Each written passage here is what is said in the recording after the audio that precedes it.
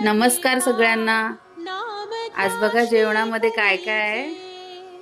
इथे आहे डाळ भात आहे, कांदा, लोणचं आहे, चपाती आहे, सलाड मध्ये काकडी आहे, तांदळाची भाकरी, सोयाबीनची भाजी आहे मस्त, आणि इथे अजून एक भाजी आहे दोडक्याची, आणि हे स्वीट मध्ये आहे मस्त खुसखुशीत अशा करंज्या आहेत, आणि हे आहे फुलके,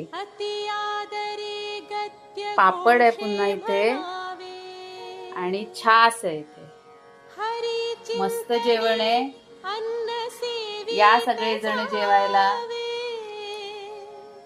बघा किती छान जेवण आहे, लवकर लवकर या।